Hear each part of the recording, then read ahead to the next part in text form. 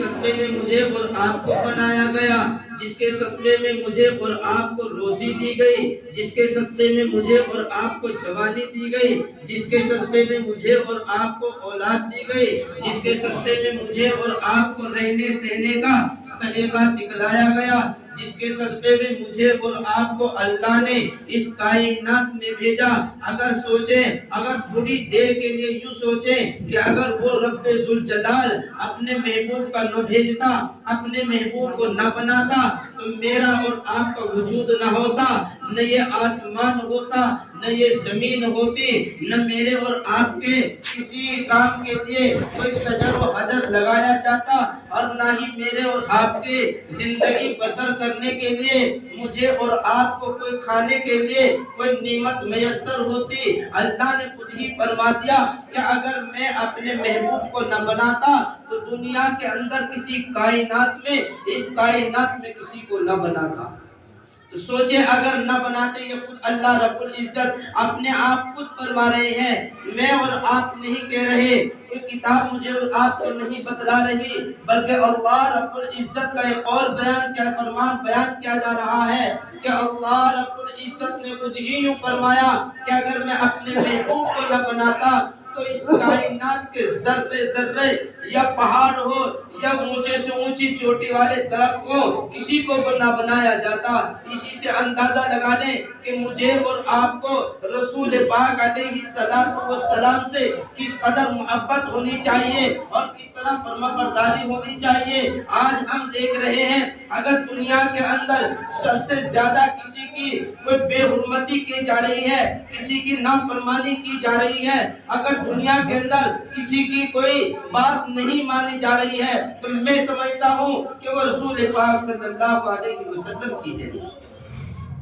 ہم کہنے کو تو نبی علیہ السلام کے امتی ہیں، اور میں اور آپ سبھی اللہ کے نبی صلی اللہ علیہ وسلم کے امتی ہیں، بلکہ اس کائنات کے اندر چاہے کوئی وہ ایمان والا ہو یا غیر ایمان والا، چاہے وہ کہ دریاؤں کے نیچے رہنے والے کوئی جانور ہو یا آسمانوں کی بلندیوں پر رہنے والے کوئی مخلوق ہو، ساری کی ساری اللہ کے نبی علیہ السلام کی امتی ہے۔ ایک مرتبہ اس پر اشکال پیدا ہوا کہ آپ علیہ السلام کی یہ ساری کائنات کیسے امتی ہو سکتی ہے؟ امتی تو اسے کہتے ہیں جو اس سے بات چیت بھی کر سکتا ہو، جو اپنی اور اپنی دکھ درد کی اس کو بتلا بھی سکتا ہو۔ ہاں، میں آپ کو بتلاتا چلوں کہ آئیے کہ اس کائنات میں کوئی چیز ایسی نہیں ہے جو رسول پاک علیہ السلام سے بات نہ کرتی ہو، اپنی شکایت نہ کرتی ہو۔ آپ علیہ السلام کے بے شمار معجزے دنیا کے اندر، کتابوں کے اندر موجود ہیں۔ صحابہ کرام رضوان اللہ تعالیٰ عنہم مجمعین کی زبان سے بے شمار واقعات ہم نے سنے ہیں۔ دنیا کا سب سے بڑا جاہل اور سب سے بڑا دشمنان اسلام ابو جہل کو لے لیجئے کہ جب وہ حضور پاک علیہ السلام کے سامنے آتا ہے، آمنا سامنا ہوتا ہے، تو کہتا ہے او محمد صلی اللہ علیہ وسلم، ہاں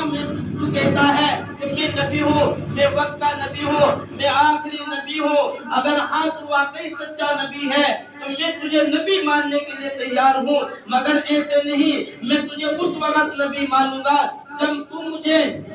تو میں تیرا کوئی معجزہ دیکھ لوں گا۔ اگر تو کہتا ہے کہ میں ساری کائنات میں سب سے اعلیٰ افضل بنا کر بھیجا گیا، سارے نبیوں کا نبی بنا کر بھیجا گیا، ساری کائنات کا نبی بنا کر بھیجا گیا، تو بتلائیے میری مٹھی کے اندر کیا ہے؟ اگر میری مٹھی کے اندر تو بتلا دے گا تو میں سمجھ جاؤں گا کہ تو واقعی سچا نبی ہے۔ رسول پاک علیہ السلام نے ذرا سانس لیا اور فرمایا، او سردار، او مکے کے سردار، میں بتلاؤں تیری مٹھی کے اندر کیا ہے، یا تو تیری مٹھی کے اندر ہے یہ بتلائے کہ میں کون ہوں۔ وہ کہنے لگا ایسے کیسے ہو سکتا ہے، کیونکہ اسے پتا تھا کہ تیری مٹھی کے اندر ایسی چیز موجود ہے جو بولتی نہیں، جو سانس لیتی نہیں، جس کے زبان نہیں، جس کے دانت نہیں، جس کے آنکھ نہیں، جس کے کان نہیں، ایسی چیز اس کی مٹھی میں موجود ہے۔ وہ یہ چاہ رہا تھا، وہ سمجھ رہا تھا کہ ایسے کیسے ہو سکتا ہے کہ میری مٹھی کے اندر جو ہے وہ یہ بتلائے کہ میرے سامنے کھڑے ہونے والا کون ہے۔ لیکن چونکہ رسول پاک علیہ السلام کو اللہ رب العزت کی جانب سے بھیجا ہوا نبی تھا، آپ علیہ السلام اپنی جانب سے کچھ نہیں کہا کرتے تھے، جو بھی اللہ کی طرف سے حکم ہوا کرتا تھا آپ علیہ السلام وہی بیان کیا کرتے تھے۔ آپ علیہ السلام نے بلا جھجک کہہ دیا کہ ہاں وہ سرکار مکہ اگر کہتا ہے تو میں پوچھواؤں تیری مٹھی کے اندر کیا ہے۔ اس نے اشارہ کیا کہ بتلائیے، وہ تو یہ سوچ رہا تھا کہ ایسا ہو ہی نہیں سکتا، آج میں اس کو جھوٹا ثابت کر دوں گا، آمنے سامنے کا مقابلہ ہے، میں اس کو آج یہ کہہ دوں گا کہ دیکھو تمہارا جو دعویٰ ہے وہ بالکل جھوٹا ہے اور بالکل آپ اپنے مقصد میں جھوٹے ہیں، آپ نبی ہو ہی نہیں سکتے، اللہ کے لاڈلے ہو ہی نہیں سکتے، 1,24,000 نبیوں کے نبی ہو ہی نہیں سکتے۔ وہ یہ سمجھ رہا تھا، مگر جب اللہ کے نبی علیہ السلام نے اس کی مٹھی کی جانب اشارہ کیا تو مٹھیوں کے اندر سے جو ہاتھ میں کنکری لیے ہوا تھا اس نے فوراً کہنا شروع کر دیا کہ جو آپ کے سامنے کھڑا ہے یہ نبی ہے، یہ آخری نبی ہے، یہ اللہ کا آخری نبی ہے، یہ پیغمبر ہے۔ فوراً کنکریوں نے کہنا شروع کر دیا، کیا کہا؟ وہ الفاظ سن لیجئے جسے میں اور آپ اپنی زبان سے پڑھتے ہیں، وہ اسے پڑھ کر کے میں اور آپ مسلمانی کا دعویٰ کرتے ہیں، اسے پڑھ کر کے میں اور آپ نبی کے سچا امتی ہونے کا دعویٰ کرتے ہیں۔ کنکریوں سے آواز آتی ہے، لا الہ الا اللہ، اور یہ محمد الرسول اللہ، آپ کے سامنے جو کھڑا ہے یہ محمد ہے، محمد اللہ کا رسول ہے۔ ابو جہل چوک گیا کہ یہ کیسے ہو سکتا ہے، ہاتھ میں تو کنکری تھی، زبان اس پر نہیں تھی، یہ کیسے بول پڑی۔ اب آپ آئیے، اگر میں آپ کو اور تفصیل سے بتلاتا چلوں کہ یہ جو شجر جن کو ہم اپنے ہاتھوں سے لگاتے ہیں، جن کو اپنے ہاتھوں سے کاٹتے ہیں، یہ درخت یہ بھی بولتے ہیں۔ آپ نے ایک واقعہ سنا ہوگا کہ جو جانور ہیں جو بولتے نہیں، ایک مرتبہ افریقہ کے جنگل میں صحابہ کرام رضی اللہ تعالیٰ عنہ مجمعین کا ایک قافلہ چلتا ہے، انہیں خبر ملتی ہے کہ ادھر سے دشمنان اسلام ہم پر چڑھائی کرنے کے لیے آ رہے ہیں۔ تو یہ قافلہ جب وہاں جاتا ہے ان کا مقابلہ کرنے کے لیے تو شام ہو جاتی ہے۔ شام کو ایک بستی میں یہ جا کر لوگوں سے کہتے ہیں، اور یہاں کے باشندوں اور یہاں کے رہنے والے لوگوں، ہمیں آج رات یہاں ٹھہرنے کے لیے جگہ چاہیے، ہم محمد کے غلام ہیں، ہم غلامان محمد ہیں۔ یہ سنتے ہی وہ چوک گئے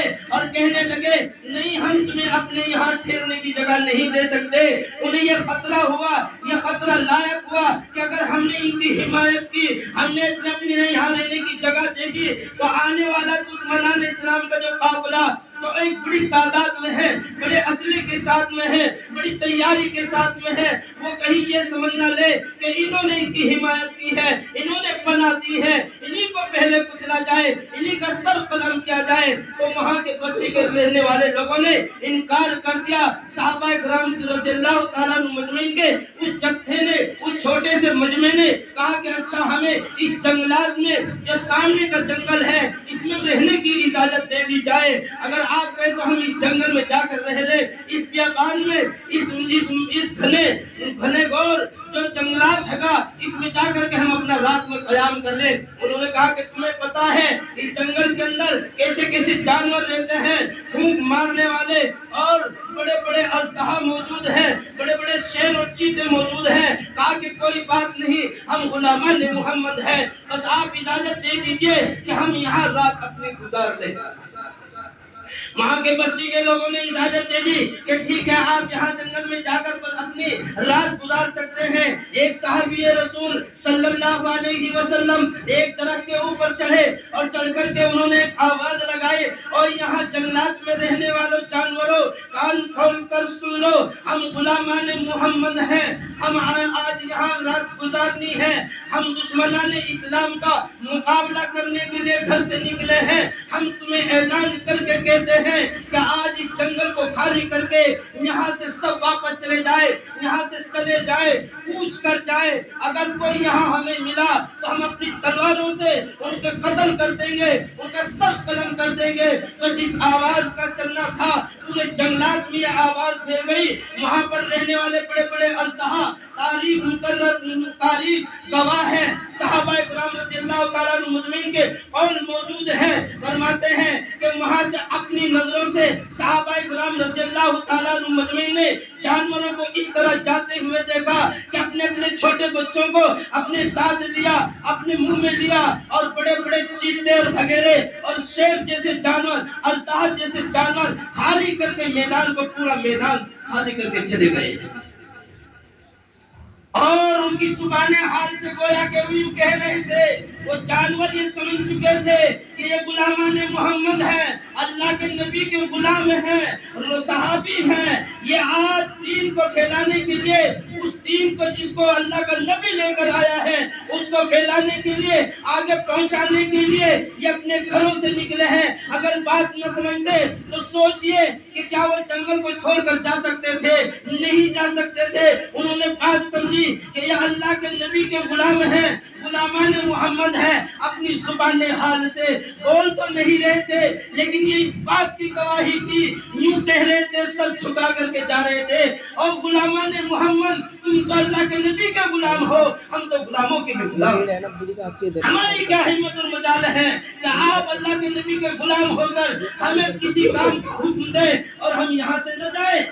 کہ سارا میدان چھوڑ کر کے چلے گئے۔ تو معلوم ہوا کنکر بھی اللہ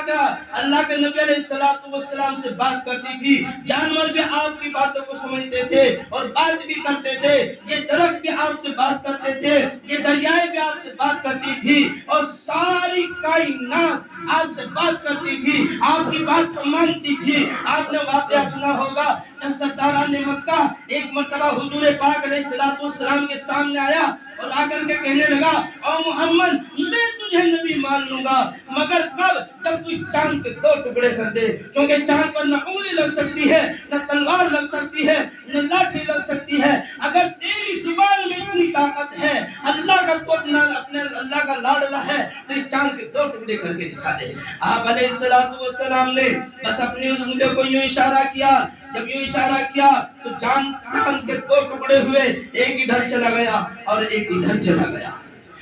اس نے کہا کہ انہیں واپس لائیں، آپ علیہ السلام نے یوں کیا تو دونوں ٹکڑے آ کر کے مل گئے۔ تو معلوم ہے چاند جیسی اللہ کی یہ مخلوق بھی آپ علیہ السلام کی بات کو مانتی تھی، تسلیم کرتی تھی، مگر قربان جائیں میں اور آپ اللہ کے نبی علیہ السلام پر کبھی مجھے اور آپ کو یہ توفیق نہیں ہوتی کہ آپ علیہ السلام کا ایک بار نام لے لیں، 10-20 بار نام لے لیں، ایک آدھ تسبیح درود شریف کی پڑھ لیں،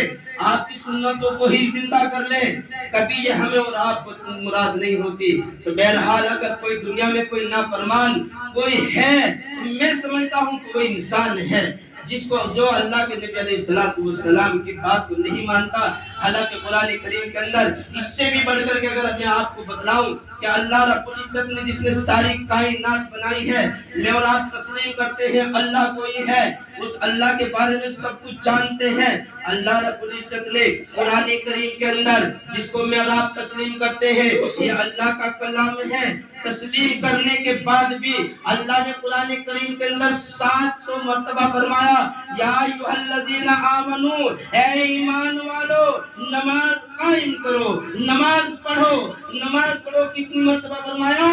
700 مرتبہ اللہ نے قرآن کریم کے اندر فرمایا، جھوٹ نہیں ہو سکتا، سچ ہے۔ اب سوچئے اگر ہم اللہ رب العزت کے کہنے پر بھی نماز نہیں پڑھ رہے تو نبی کا ہم کیسے کہنا مان سکتے؟ دعا کیجئے کہ اللہ مجھے اور آپ اور تمام امت کو آپ علیہ السلام کے تمام سنتوں پر عمل کی توفیق عطا فرمائے اور اللہ رب العزت کے تمام احکام کو بجا لانے کی توفیق عطا فرمائے۔ وآخر دعوانا الحمدللہ۔